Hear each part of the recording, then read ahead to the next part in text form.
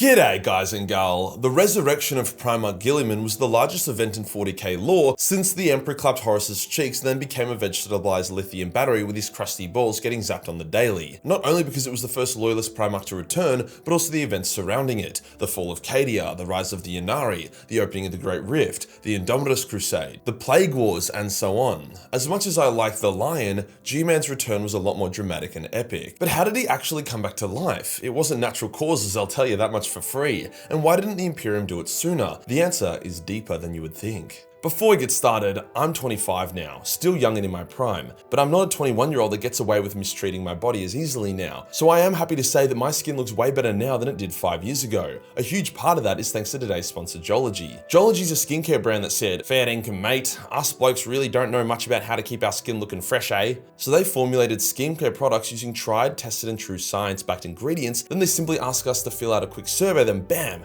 a straightforward, easy to use custom skincare routine is sent to your door. My issues was dark circles under the eyes, oily and discolored skin, issues I no longer have because I use Joology. Skincare is genuinely important, guys, especially once you're getting into your 30s and above. Do you want to be a wrinkly, oily gremlin or an absolute dilf? I know which path I'm gunning for. Joology is more than just skincare though. They have fantastic smelling body washes, shampoos, and deodorants, so you can use them as your hygiene destination as well. So to get a massive 70% off your first skincare package, as well as an additional 50% off a product of your choice, the deodorant slaps, then use my link or the QR code on screen or code Majorkill70. Cheers to Joology for sponsoring this video. Today we'll go over the resurrection of Primarch Guilliman, including all the technical aspects, who was involved, what happened when he did revive, and why it took so long for it to happen, if it actually was possible. Also, massive shout out to the amazing Alex Christie for the thumbnail art. Man just keeps getting better and better. Full res version is available to download for free on my Patreon. Just be sure to credit Alex and me when one of you inevitably posts this and gets thousands of likes, as I literally paid for and produced the art. Let's get into it.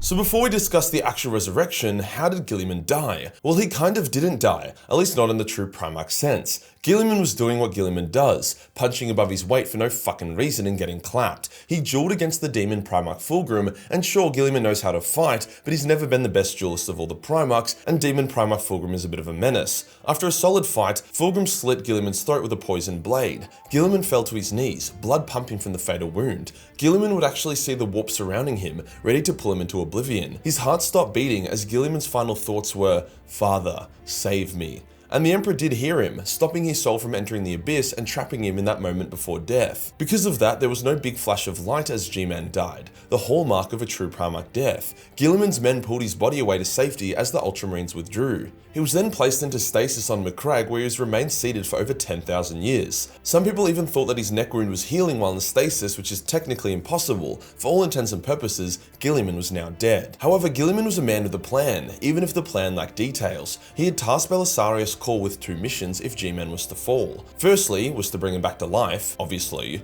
and second was the Primaris project, to create a more stable, superior, reliable space marine. Cawl got stuck into both. We know the Primaris project worked due to Cawl finding the Magna Matter, but why did the project to bring G-Man back to life take so long? Well, plot convenience aside, it's because Cawl didn't have the ability to do it by himself. He created the Armor of Fate, a powerful suit of armor that had life support systems inbuilt into it, and Cawl also obtained the Emperor's Sword, but he knew that these 2 items alone wouldn't be enough to bring G-Man back, so he never tried, as to release the stasis field holding Guilliman would end in G-Man's true irreversible death, so Cawl just stored the goodies on his ship. Then there was the fall of Cadia. A massive force of the Imperium, including Cawl, busted their balls to try save the planet, but Abaddon threw a Blackstone fortress at it and that was that. The Inari were able to save Cawl, Saint Celestine, and many others via leading them through the webway. Yvraine knowing that she needed to help them. After a lot of effort, the Celestine Crusade, as it was called, arrived in Ultramar to find it besieged by the Black Legion, who had caught wind of a potential plot that they knew they needed to stop. I want to make it clear that Guilliman's resurrection wasn't the main objective when Cawl went to Cadia. It just kind of became a desperate last-ditch effort. They arrive at Macragge as it endures a vicious siege. Calgar allows them access to Guilliman despite the presence of the Eldar, as Chief Librarian Tigurius said they passed the vibe check. Our heroes gather around Guilliman and got to work. Cawl, replacing Guilliman Guilliman's shit-tier armor with the Armor of Fate and giving him the Emperor's Sword. But then the Black Legion heard that something funky was happening with the Primarch, so they relentlessly attacked them. Inquisitor, Living Saint, Ynnari, Ultramarine, and Martian all fought back to back as they lost more and more ground. Just as they were being overwhelmed, Call finished his work, which then caused Yvraine to summon the power of her death god to revive Guilliman before she then slashed the stasis field cables. I'm not sure if Saint Celestine helped at all. You probably think she would considering she's a fucking angel, but it was mostly due to Eldar death magic and Call's technology. G-Man immediately got up and put on his bitch-slapping shoes. The entire battlefield went silent for a second as they all witnessed the god reborn. But then a cornet berserker was like, "Leroy Jenkins!" and he jumped at Guilliman. Roboute bisected him with the Emperor's Sword before then charging into the Black Legion horde, massacring them like dogs. With the morale boost from their returned Primarch, on top of the fact that Guilliman was literally solo slaughtering the entire Chaos army, Ultramar was able to repel the Black Legion and win the day. So that is the lore regarding how it happened specifically, the technology of Call via the Armor of Fate mixed in with Ynned's death magic. The Emperor's Sword and Saint Celestine also may have helped, as they could have acted as conduits for the Emperor's will, the original will that preserved Guilliman to begin with, for if the Emperor never intervened when Fulgrim slit G-Man's throat, this resurrection would have been impossible. No amount of Call's tech or Ynnari magic would have been able to pull G-Man's soul out of the warp and into a corpse. As the Ynnari were a new addition to the lore and Call didn't know how their magic worked, that is why the resurrection of Guilliman was never attempted before. As a side note, which is also a bit of a flex for Guilliman, the Armor of Fate wasn't supposed to be removable, as it acted as a mobile life support system, but Guilliman has been able to train himself and his body to no longer need it, which should have been impossible, but this is Guilliman we're talking about. Funnily enough, the resurrection of Roboute Guilliman was never actually supposed to happen. It was not foretold or foreseen, even by the greatest of seers. Many Chaos seers, including Magnus, actually expressed their frustration that the future became super cloudy leading up to Guilliman's resurrection. It was a destiny-altering event. This is awesome as it really dispels the fate is set in stone bullshit that was so common during the Horus Heresy. It shows that anything could happen. It was a similar thing with the Lion. Absolutely no one saw that coming either. His return actually gave the Loyalists a huge advantage for a while. The traitors were genuinely discombobulated for some time,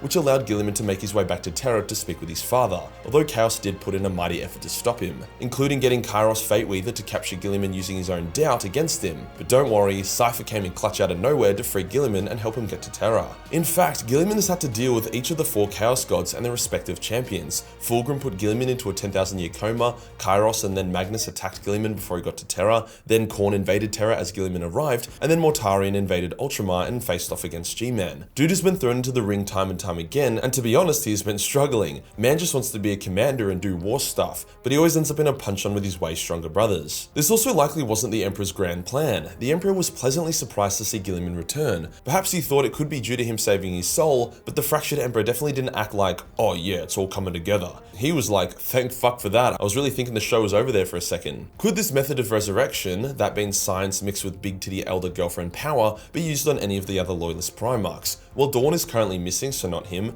Ferris is nothing but bones and dust at this point, plus he suffered a true Primarch death. Sanguinius' body is intact at Baal, but once again he suffered a true death, so would need something a bit spicier. The Lion is already awake, Vulcan is missing and can't die in the first place, the Khan is missing, and so is Corvus and Leman Russ. So no, this method of bringing back Guilliman was a one-time use thing. It may have worked on the Lion if they knew where his body was, but other forces sorted that one out for us. Not much else to say about it really. The return of Guilliman saved the Imperium and the galaxy. His restructuring of his father's empire combined with the rise of the Primaris and his Indomitus crusade has given humanity hope. A slim but real chance of victory. Now they just need the Line to stop doing side quests and then they could really do something special. If you enjoyed the video and you want to support the channel, then Patreon is the place to be, where you have not only a boatload of Battlemace 40 million hentai, but also a cluster of live action nude cosplays, as well as a bunch of Warhammer 40k fan art. Hit the subscribe button and hit the real subscribe button for more reviving content. Join the Discord for more memes and I'll see you in the next one. Peace.